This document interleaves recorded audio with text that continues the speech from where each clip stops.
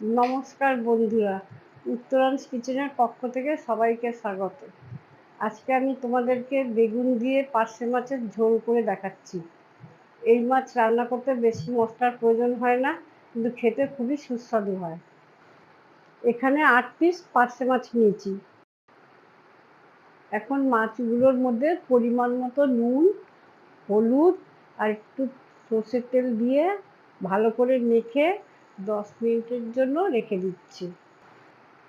এদিকে আমি 1 চামচ জিরে আর কাঁচা পাকা লঙ্কা একসঙ্গে মিশিয়ে ভালোভাবে সেটা বেটে নিচ্ছি। কড়াই গরম হয়ে গেছে, এর মধ্যে আমি তেল দিয়ে দিলাম। এবারে এর মধ্যে একটু নুন দিয়ে দিচ্ছি, যাতে মাছগুলো ভাজার সময় কড়াতে লেগে না যায়। এবার আমি এক এক করে সব কটা মাছ ভেজে নিচ্ছি। এই আমি সব কটা মাছ ভেজে নিলাম। এই মাছ ভাজার তেলেই বেগুনগুলো আমি এখন ভেজে নিচ্ছি। তেলে কালো জিরা ফোড়ন দিলাম।